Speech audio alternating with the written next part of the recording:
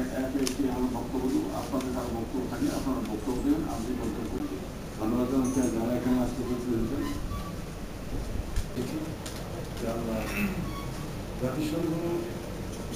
I will Kato to start his briefing to the journalist and in English. Maybe you will see me next year. My Bangla Katodam district under the leadership of the Bangladesh has done something unique which was not done in the country. We, UNFPA, happens, but for instance, UNICEF is leading in